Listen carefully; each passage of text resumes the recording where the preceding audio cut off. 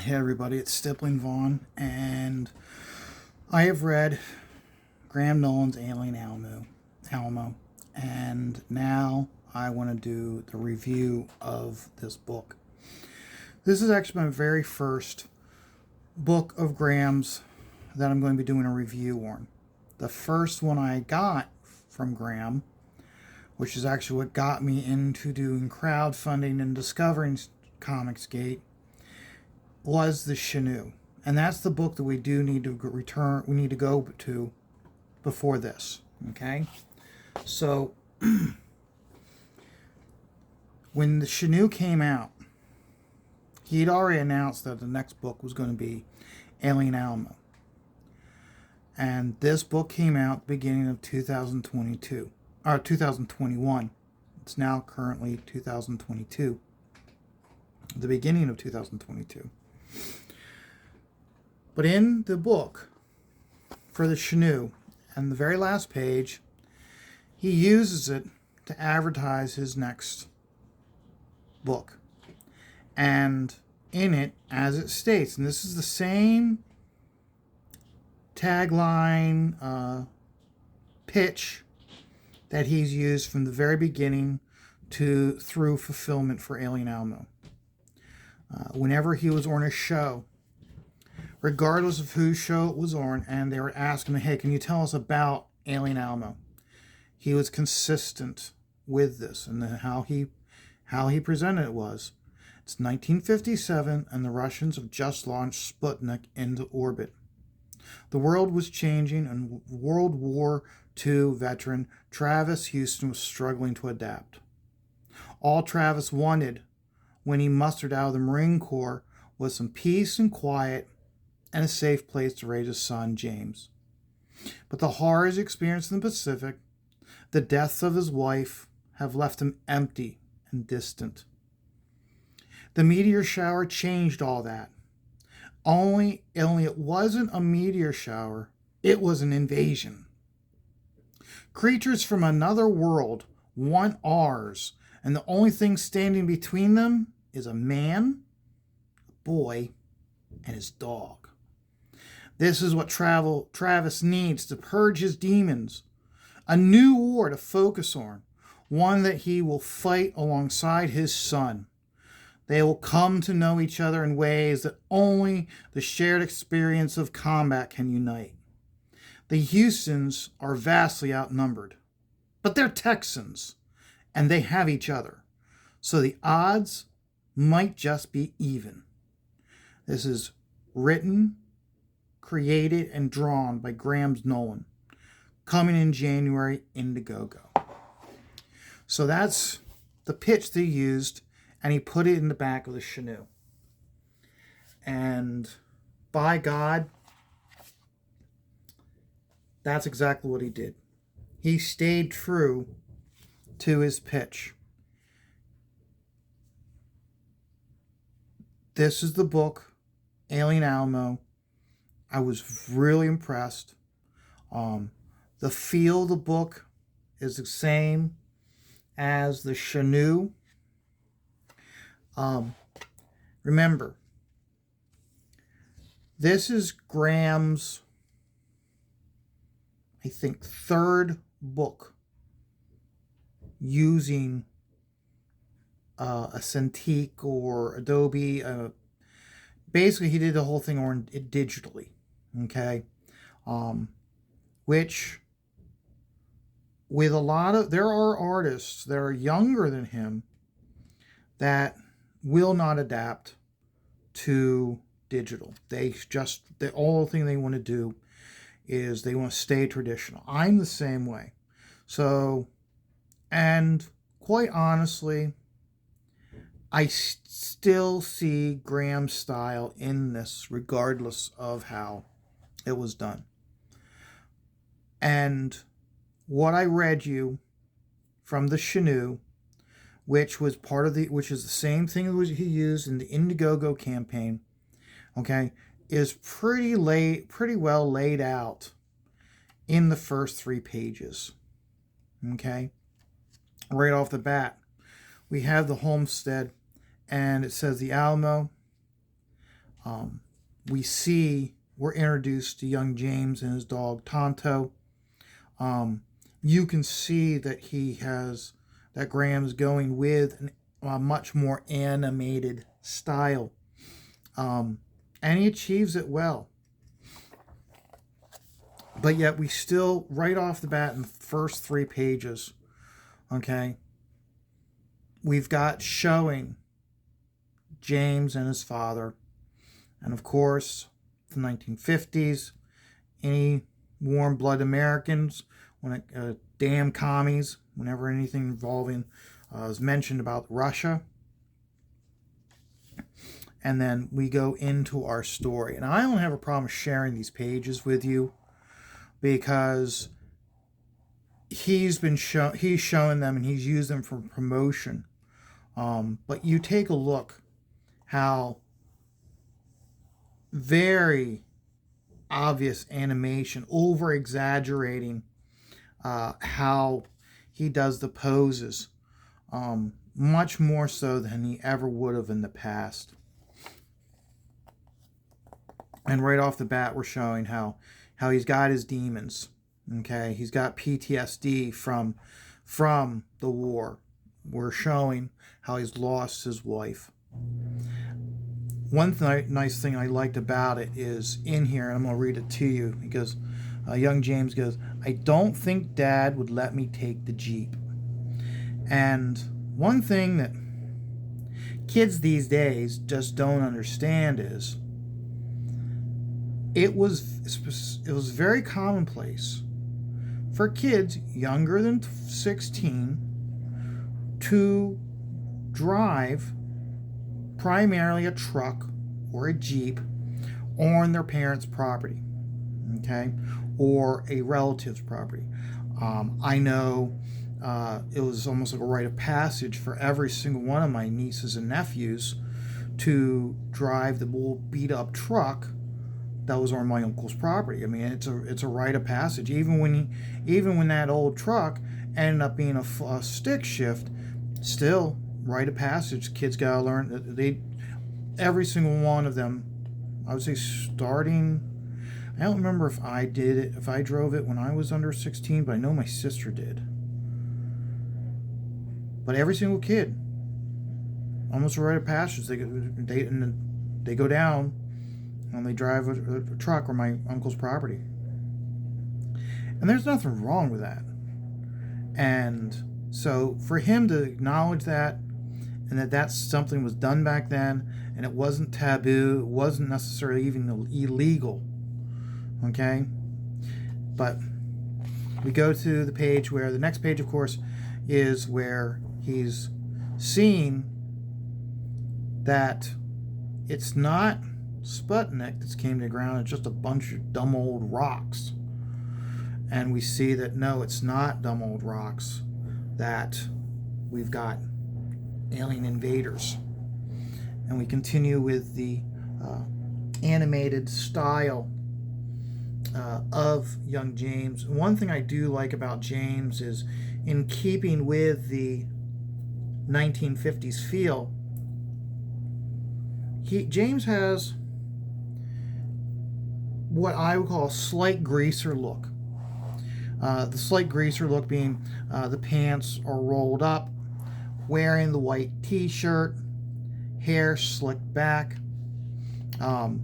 Whether that was intentional for him to have an intentional greaser look, or whether in Graham's mind it's not greaser at all and it's just what a boy on the farm would wear, I don't know. I like, for me, the way I'm seeing it, and that's another nice thing about comics, is how I'm interpreting information is not the same as how you would interpret the information versus someone else is doing a critique of the book. So I don't want to go too much farther than this. I do want to go over this, though. Okay, one thing that you have to acknowledge, okay, is the artwork. It fits with each other, okay? Even though Graham referenced this house, okay, it looks like Graham drew it. Everything, Okay? The only time I ever see anything where I get the sense of swipe where it's just not in the consistent in the style for me is when he's doing the Jeep. Okay? And when you look at the level of detail and line work in the Jeep here, okay, versus, say, the Cactus, okay, this is much tighter than here, okay. Now, he may have, where he took it and he enlarged it so he could draw it, so he could see it. But when you look at the level of detail in the Jeep versus the level of detail in the Cactus, they don't match up. Same thing goes here again. How he puts so much detail in the Jeep where he puts the shovel in. Okay? The only time in this book where I get that feeling of style change is the Jeep. Okay? Now that's just me. Okay? You, the viewer, might say, Vaughn, you can just blow smoke. You can just take that and just roll it up and put it up sideways up your butt. But I mean, I'm being honest with a critique. Okay? I mean, that's what this is. This is a review, and what is a review? A review is a critique of the book. Okay? Am I saying that this is a crappy book and you shouldn't buy it? No, it's not. I'm just using this to show. Okay? Even Graham, if he sees this, he could tell you, Vaughn, you know what? Go F yourself. Or he might look and go, you know what? He's kind of right. I don't know. But that's the beauty of reviews like this, is so we get a different opinion. And that's one of the things that's what we're missing in our society. If I were to do this with a DC or a Marvel book, okay, and I were to critique it,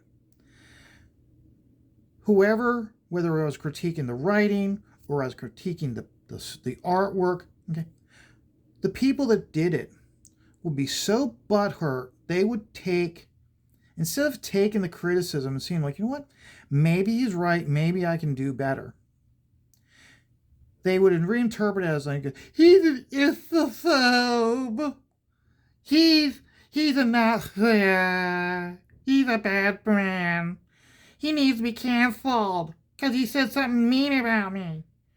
No, I'm not saying mean about anybody. Okay? The problem is we have such a snowflake, butthurt society now. Okay? It's full of a whole generation of kids that, I'm special because somebody told me I'm special, even though I'm never going to be special. That's it. That's the society we live in.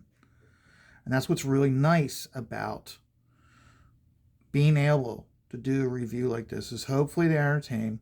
Hopefully, for people who didn't back Alien Alamo, have the opportunity to get another opinion of this book, and will get it.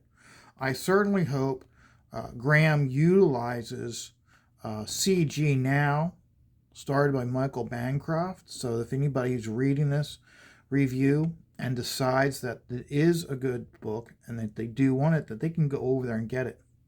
Okay? Now that I've gone off my social commentary, back with it, again, such an animated look. And this is a young boy. You want the boy full of so much energy to be extra animated over anybody else. Okay? Another thing that Graham does is he tackles horses. Okay? At the Kubert School, Jose Diablo, he always had his students, very first year students, one of the very first assignments he had them do in the very first quarter was a story involving horses. Okay? Horses are not easy. Graham does a good job with the horses. I remember he critiqued my work of a horse, and he said it looked like a llama. Okay? Horses are not easy. And it's a shame that when I look at how people are drawing stuff, they're not learning how to do something. They're simply taking it, or they're finding the shot they want, and they're just tracing it off the computer. You can tell, okay, Graham is not doing that here, okay? He is not, he might be finding the image on the computer and using it as reference, which is one of the nicest things about the internet and going online is your ability to do that, okay? But he's drawing the horses. This is the one time in the Jeep where I felt like the line work for the Jeep matches the characters. Okay.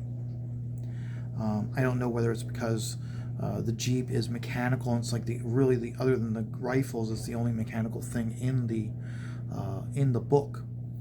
Okay, but that's really not the case, because in the end, there's mechanical objects, and by and large, they do fit. And we know these pages. Okay, now I don't want to go any further than these 2 pages initially, because of after these 2 pages, the story really ramps up. Okay, and I don't want to give away too much. And it'd be too easy to accidentally stumble upon a significant page. Now, there's 2 pages or 2 panels I want you guys to see before I'm done. But again, I'm going to be very critical, make certain I don't give away anything by accident.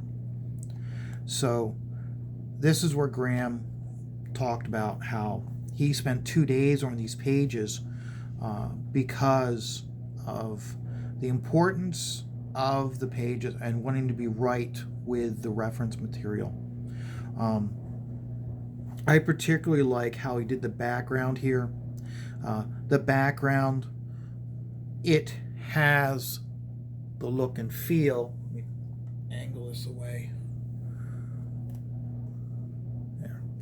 This has the look and feel of duo shade. Okay?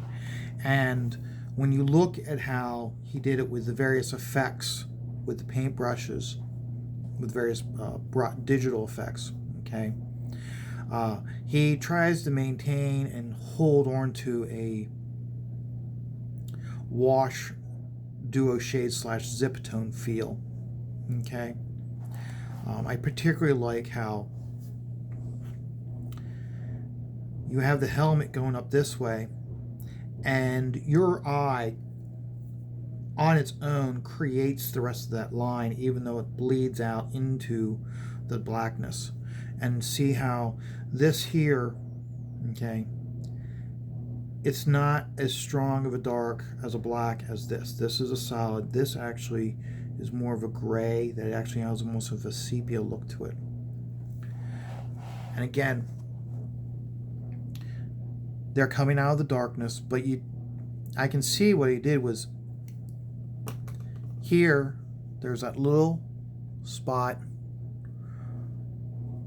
of gray, and it's almost like he put a mask on. And if we did this traditionally, you would have put a mask on it, and it would have taken a while. Do the frisket cut, mask, all of that, and then you take your toothbrush and then just barely flick it, so you get just a little bit of white in there, so that way it helps pull those guys forward. But again, they're coming out of the darkness, and you get that feeling. And that's the reason why you have this and this, was to help pull them forward out of the darkness. And that's not easy to do. Graham may make it look easy, but remember, Graham spent how many years drawing a character that made a living out of coming out of the darkness. And I'm sure Graham would be much more critical about whether he did a good job here, as opposed to comparing it to how he did Batman coming out of the shadows. Okay? I'm sure he'd probably even go as far as how, because he didn't have the constriction of deadline, that this is a better job of coming out of the darkness than any of his Batman pages. Okay, now I don't want to go any further. We all know also, if we watched the latest episode of The Professionals, they're talking about reference, and Graham showed the image from the HBO series The Pacific. Okay, so give me a minute here. I don't want you guys to see anything. And okay, I want you guys to see this page here. Okay, and the reason why I want you guys to see this page here is because, and I'm going to bring it up to you guys. If you look at this carefully, okay, you can see that there's a texture in the square, in the rectangle behind these guys. And I love it. As soon as I saw that, I was like, oh, wow, that is so cool. And I don't know whether Graham did that or whether Gregory Wright did that, but whatever that is, okay, I love it. And I hope to see more of that in the future with his next book. Not the next book. The next book is Giant-Sized Manly Tales, or Giant-Sized Two-Fisted Manly Tales. That's his next book. I'm not talking about that one. I'm talking about his next in the Nolan verse, The Ghost of Matacumba Key. And I think whatever he did here, I think would really go well with that Ghosts book. Reason being is because it's on a key. A key is one of the small islands off the southern tip of Florida, and if you've ever been down to Florida, around there, the colors are much more vibrant. The sun is a big factor, whereas here the colors are slightly subdued, whereas the Chenoo is just straight black and white. I hope that when he does the Ghost of Matacumba Key, that he does in such a way that the colors are much more bright and vibrant. I think that would be awesome. Who knows? We don't know what type of style he might use. He might go with this style. Maybe he goes in much more graphic style with a lot more detail, and maybe he does it with a lot more different textures of cross hatching and and drawing pebbles.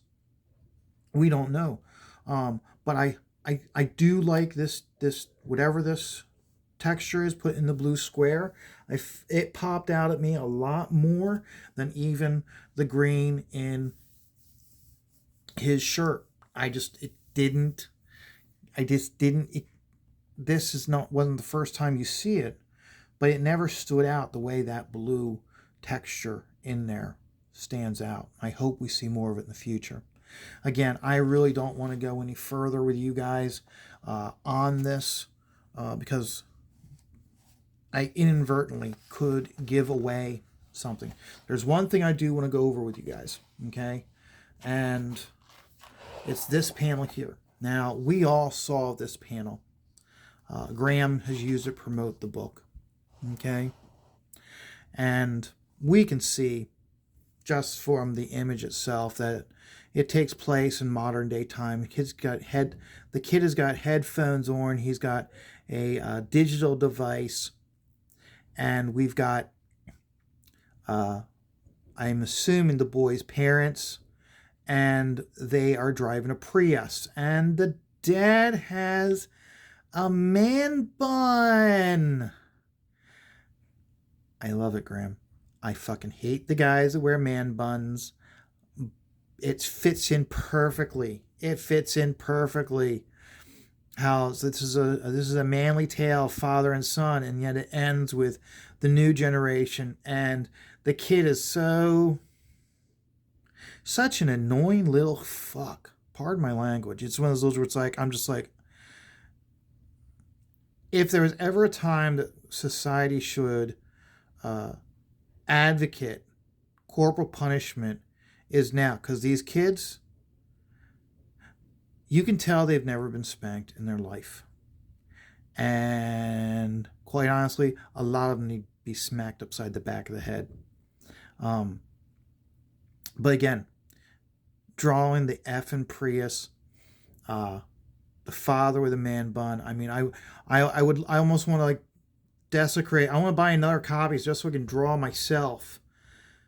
Okay, right here, and I jump out of the bushes and I chop the guy's fucking man bun off. It reminds me of the one time. Everybody who watched the other videos knows that I do my work at a bar, and the one night I was working, and on my last break, I sent a message out to my one friend saying, "Hey, are you going to be at the bar tonight?" And she sent me a picture saying, "I'm at the bar, and there's a guy with a man bun sitting at your table." And she sent me a picture of this guy, and this guy, he's got his man bun, he's got his scraggly beard, he's got his unkept clothes, just like this, and he's on his phone at my table. And my response to her was, "Get that dirty ass hippie." I said, "You have till 9 o'clock to get that dirty ass hippie the hell out of my table." Well, I got to the bar, and the guy, I don't know whether he'd left on his own or whether he was pressured. He left on his own. He was not pressured. Yeah. But I show up, I got all my stuff, I'm walking through the crowd, everybody's saying hi to me.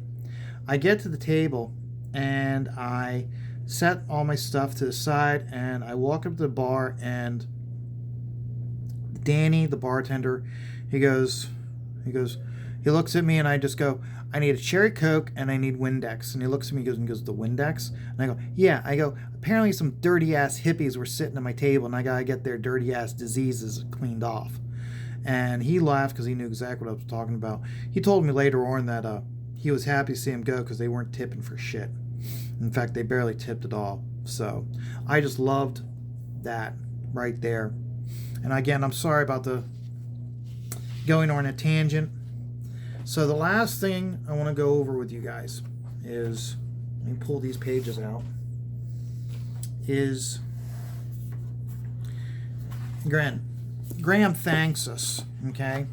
Okay, no matter what you hear, son, it's Compass Comics that has the greatest, most supportive backers, okay? That's me, okay? That's you who's watching this video if you bought the book. It's anybody who bought the book. He's given us a personal thank you, which is great, okay?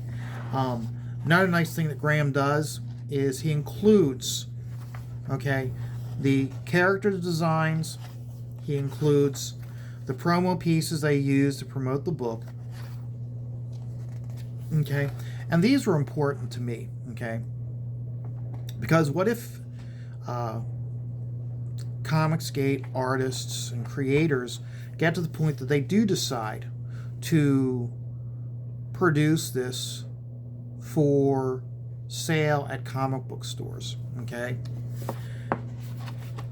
By putting this extra stuff in it, it has extra value that they won't put in, that I would certainly hope they would not put in their books and the newsstand, okay? Because you look at it, okay, he's got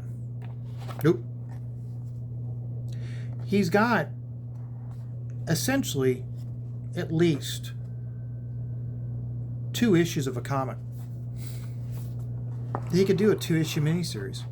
And then, of course, the very last page, okay, we go at it again.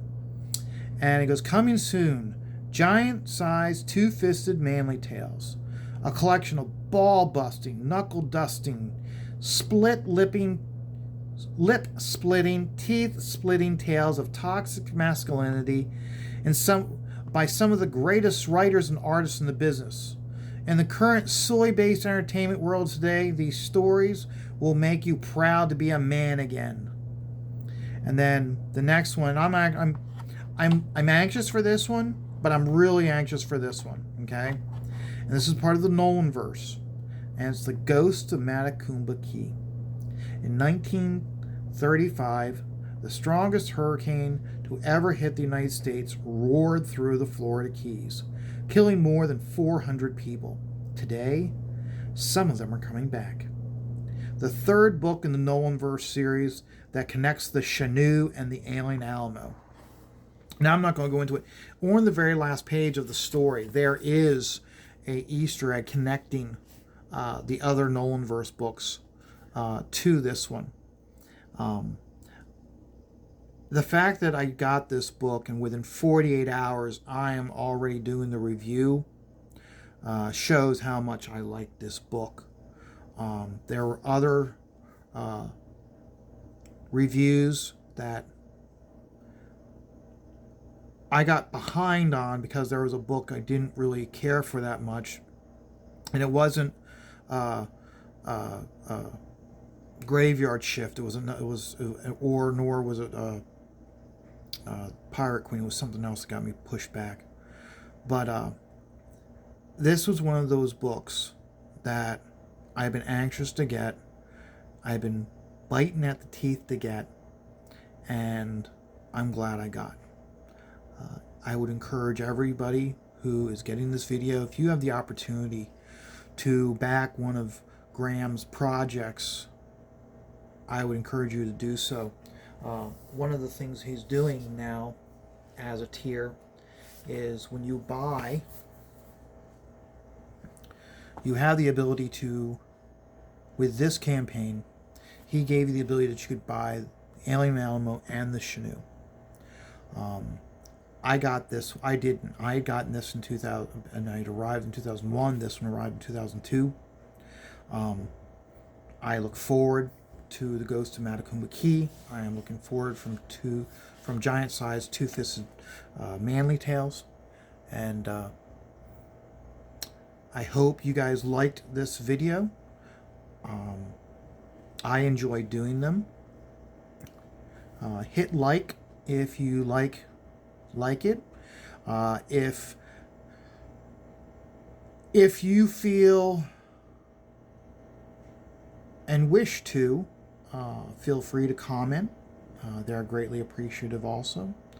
Like I said, even if you're telling me I should take this review, print it off, and roll it in the ball and shove it sideways up my ass. Hey, you don't know if what is being produced is appreciative unless you get feedback. So until I do another review or I do another video of stippling, hey, until then, just take life one dot at a time.